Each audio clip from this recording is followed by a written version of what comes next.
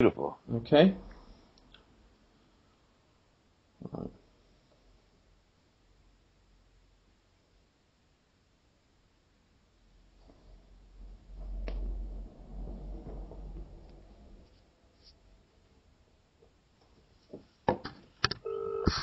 Right, can you hear that ringing, Patrick? Yeah, I hear it.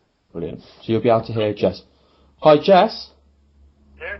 Hi, Jess. You're on with Ray from MMA Mental. Are you okay to go? I'm ready, yeah. Brilliant. Okay. Just to let everyone know, then we're on with Jess Liaudin, obviously MMA fighter, former UFC fighter. So, Joyce, you want to let us know how things are, Jess? How's things with you? I think with me, things are doing good, you know. Obviously, I'm keep fighting, but I don't fight quite as often as I used to because, well, I'm 49. Obviously, you know, the MMA scene doesn't pay quite as much as it used to. So, so I'm doing the odd thing, the odd jobs in films and stuff like that at the moment, more than fighting. But besides that, everything's the same. Okay. Are you still training within MMA? And if you are, what gym and who are you training with? Because you used to teach as well, didn't you? Yeah, I used to teach, but I still train. I still train competitively with all bunch of guys from London. You know, all the fighter, most fighter, even some of them that compete in the UFC. I still spar with them quite regularly, and I still train quite hard twice a day, 5-6 days a week. Anyway, so I'm still in great shape, and I haven't stopped fighting. You know, I might even get another fight before the end of the year. So, and yes, I still teach. I teach pretty much classes every day. And can you, obviously, a lot of fans will know and remember you from your time within the UFC. Can you tell us a little bit about how it came about that you were picked up by the UFC, and obviously talk to us a little bit about your background, because you obviously were born in France, but you've settled base and UK's been your home for quite a long time, hasn't it? Yeah. I was born in France, and then I started traveling when I was 19, and then I ended up in the UK in '96. And then obviously at the time I already fought kickboxing and Thai boxing, and I discovered the first UFC in '93 in the US when I was competing in kickboxing back then. So when I came here initially I didn't train much because obviously I was concentrating on working and learning how to speak English. And then in the late '90s I met a couple of guys from London Shoot Fighter, and they said, why don't you come down and train with us? And I started training with them and competing amateur in MMA back in the late '90s, '98, '99, and then starting fighting pro in 2000. So that was already 12 years ago. So time fly by. And so starting fighting in some of the first shows, you know, from Liaudin, Andy Jordan, and all those guys, and even competing in some of the first cage rage. And then a few years later, ended up fighting in UFC, doing not too bad in that, and then still fighting since. What was it like fighting for Cage Rage? Because obviously, at one time, Cage Rage was the premier UK organisation. What was it like fighting for them? It was good. Initially, I remember when I started fighting for Cage Rage at the beginning, I think it was Cage Rage 2. People used to laugh at them because obviously they, I don't know, came from a background of more traditional martial arts and used to do all those different demos and you could see what Dave wanted to do, but people thought it was a big Mickey Mouse, and people were laughing at him. Those same people then 8-7 years later, when Cage Rage was doing very well and doing shows in Wembley and stuff, those same people obviously changed their mind completely and wanted to be David's best friend. But initially, yeah, it was a good show. You could see what he was doing, but it was not what most of the other shows were doing at the time. And then when Cage Rage was at its prime, and doing show in Earthscoot, Wembley, and so on and so forth, it was great. It just brings the whole MMA, UK MMA to a different level. At that point, people were trying to compete with Cage Rage and pay the fighter a little bit better, and each few catch you fight Cage Rage, it was like a mini UFC. People would be willing to have you on their show because they thought, you know, you have a big name in the UK, and they wanted you to spend a bit more money.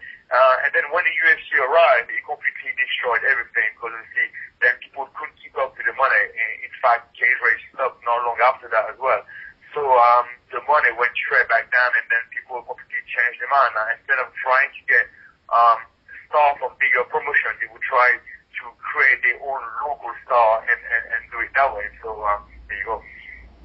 Yeah, because I mean, you're talking about Cage Rage. I mean, there was quite a lot of not just UK fighters, but quite a lot of international fighters that fought on cage rage as well. I mean, some guys that had either fought in the UFC before or have gone on to fight in the UFC, and straight comes to mind people like Anderson Silva and Matt Linland. I mean, I know they both fought in cage rage, so they put on some great shows, didn't they? Yeah, they did, most definitely. I mean, you could see what they was trying to do. Obviously, they was a big fan of the sport and wanted to see match done. He wanted to see, he didn't really necessarily think about, what kind of match would bring me more money and so on and so forth. He was like, I'm a fan, I want to have big name, I want to have superstar, I want to see really cool fight in my promotion, and I'm going to try my best to do it. So it was a good time, and he created a lot of attention to the sport. So much that they spent an awful lot of money. They spent an awful lot of money on all those fighters coming over because a lot of them weren't cheap, and I don't think the media that won't qualify for it now. So people didn't really know how much those fighters were getting paid, and I think they were asking a bit more when they were coming over here at the time, you know. And obviously, because the promotion was not money, bring the sport to a different level. A lot of people always talk about the UFC. Sure, the UFC, everybody knows it and it's done its job, but I think the bread and butter and the basic work done by Cage Rage and also show like Cage Warrior and so on, I really need the basic of the UK MMA scene. And then obviously when UFC came over here, it just moved to the next level. And talking about the UFC, I mean, it's funny because my first ever live UFC event that I actually went and watched live in the arena was UFC 70, which of course is when you made your UFC debut. Can you tell me how it came about that you were contacted by the UFC and how it came about that you got, the fight came about basically? Yeah, I mean, for one, when I started fighting in MMA, for me, that was something new, and I spent a lot of time on it, and I did very well. I think I went and worked and got a 5 or 6 record. And then after that, obviously, I didn't think the sport would catch up, so I didn't spend quite as much time training, and it showed in my performance. My performance wasn't quite as good, and I was losing and winning some and not doing so well, and my heart wasn't injured. And then in 2006, I really took everything seriously again and got a good winning streak.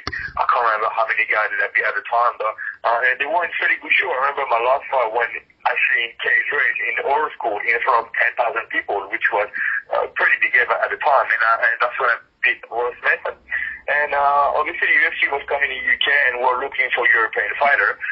My manager got in touch with them and they were interested. I think they were interested because one had a spectacular style, and I think they thought I would be a good matchup for Dennis Siver. Dennis Siver was obviously a German fighter, and they were going to do a show in Germany, so they thought, okay, he could probably get a good win over Jess and implement his name over Europe, that it would be good. Unfortunately for them, I came and spoiled the party. Obviously, I was not quite the same fighter than a couple of years previously. I was well trained, well motivated, and as you remember, I beat Dennis Siver quite easily. Yeah, I was just going to say that backfired because was that the opening fight of the night, if I remember rightly? Yes, it was. Yeah, and obviously, because you were fighting, even though you're obviously from France, you were fighting out of the UK. So I remember all the crowd being behind you and cheering you on, and obviously then you got the win, and obviously the atmosphere was just amazing that night, wasn't it, in the MEN?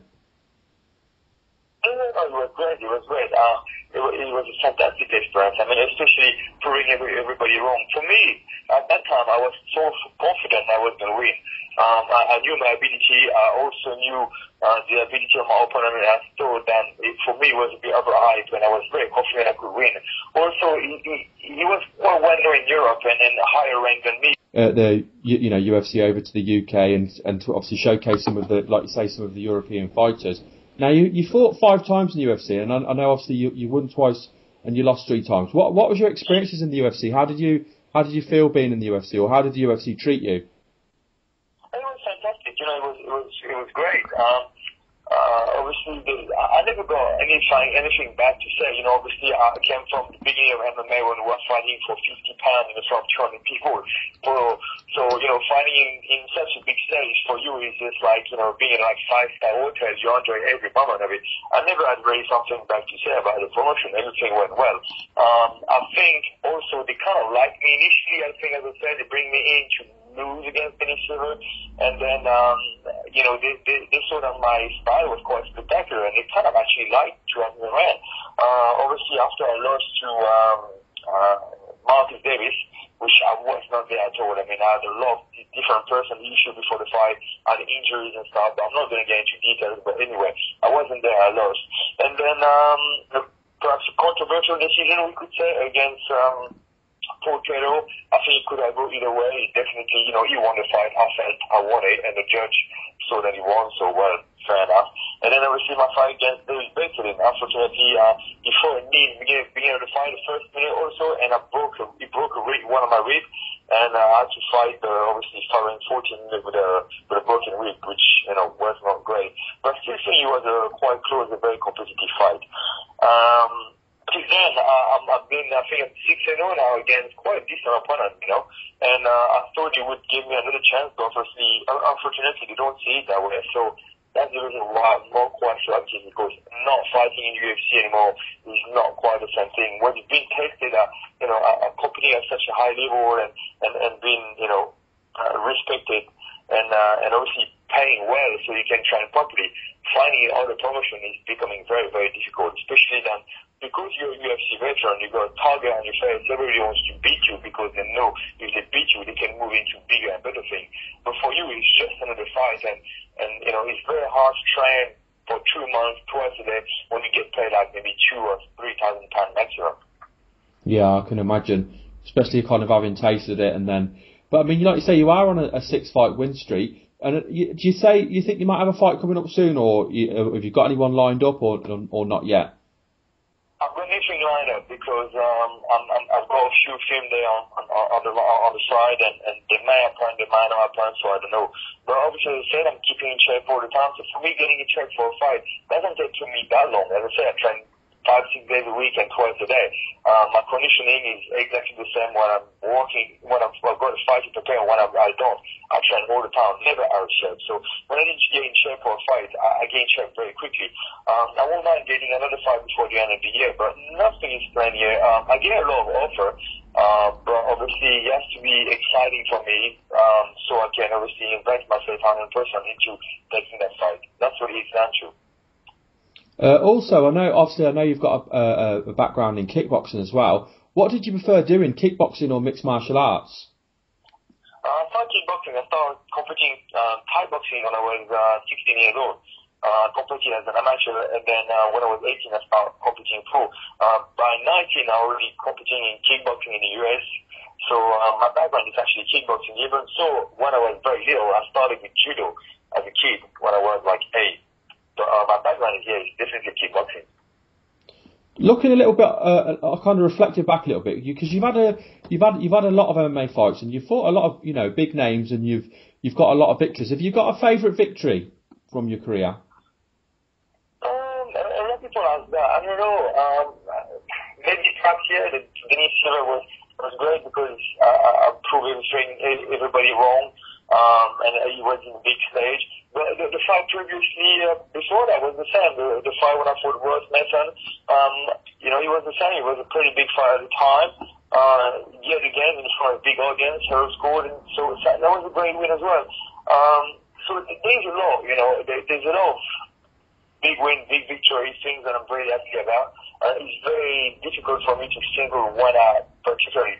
I really enjoyed when I fought in Japan as well, and I fought in shoot boxing over there, and I won. I always wanted to fight in Japan, and the fight I went there and fought and won was a very good memory. So over like 20, I think I've been fighting for like 22, 20, 24 years now. Obviously I've got quite a few memories. The first time I ever won a fight in the US as well, when I was like 19 years old. So, I've got quite a lot of great fighting memories, to be honest. Yeah, you've had a fantastic career. Just changing subject a little bit, I noticed as well when I was researching, you've got a little bit of a filmography. You've done a little bit of work in TV and film as well. Is that something you're looking to go into? Is there anything else coming up? Because it says you haven't done anything since 2011. Yeah. I mean, I always did bits and bobs because that's something that already interested me. Obviously, when I was really concentrating on fighting, you can't do everything at once. And but yeah, I've been doing more than the past 2.5 years. I've been doing small parts in films, and a few people now notices me on the Sweeney. I'm on the Sweeney. I've got a very short part in it when I get beat up by Ray Winstone. And I've got a lot of people sending me text and email about that. I just finished working a few weeks on Thor. The new Thor 2, when I was working as a stuntman on it. Brilliant. So yeah, I'm doing a road job here and there, and I'm very enjoying it. I really like the onset as an actor, also as a stuntman. He pays fairly well, so that helps into it as well. But yeah, that's something I'm basically trying to move into. But it's just very difficult when you keep fighting and trying to do that on the same time. I remember for my last fight, which was around May or April, when I was preparing for it, I used to get a lot of calls for different jobs, and you got to tell people, no, I can't because I'm trying for a fight. And then people get upset because obviously a lot of people want to work in the movie industry, and when they offer you one job, two jobs, and you say no, well, they don't call you back. And what used to happen, it would take me like 3, 4, 5, 6 months to remake new contact and to get new work again. So every time I had a fight, it's been slowing this down. So I'm at that point now where I need to figure out what I really want to do, and I need to choose one or the other. Yeah, it's like obviously you don't want to lose the contacts. If you can build the contacts up and stay within this industry. I mean, it's probably quite exciting doing stuff like that as well. I mean, looking at the different things have you done? Have you got a favourite of the filmography which you've done? A favorite what? Have you got out of all the different roles you've done on film and TV and music video and adverts? Have you got a favourite thing you've enjoyed the most? Not really. As I said, the last thing I did with meeting Red Winstone was quite good because I'm quite a fan of his. I really like his work and stuff.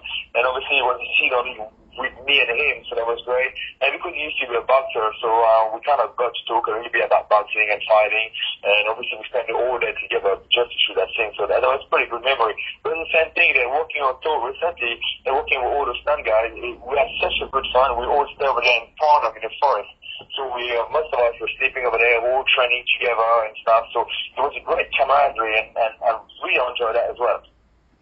Oh, well, we're going to look to wrap things up. I do want to say we really appreciate you coming on. Well, I was looking forward to speaking to you because I do remember watching you in the UFC, and like I say, that was my first UFC event, and obviously that was the first fight I saw live was your fight with Dennis Seaver. So I really appreciate you coming on.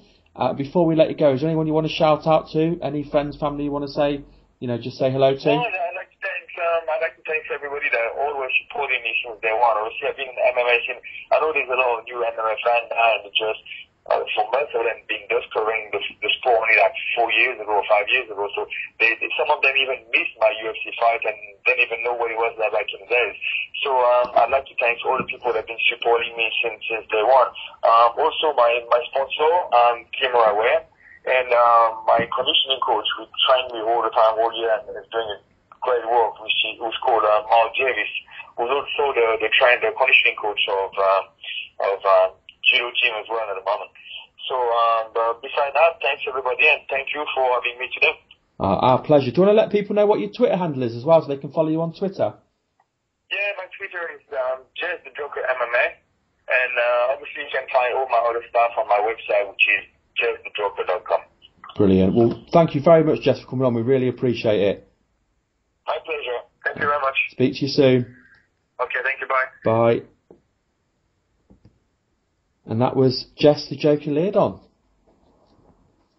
Wow, that was a great interview from Jess. I really wish he had the Skype so I could have jumped in, but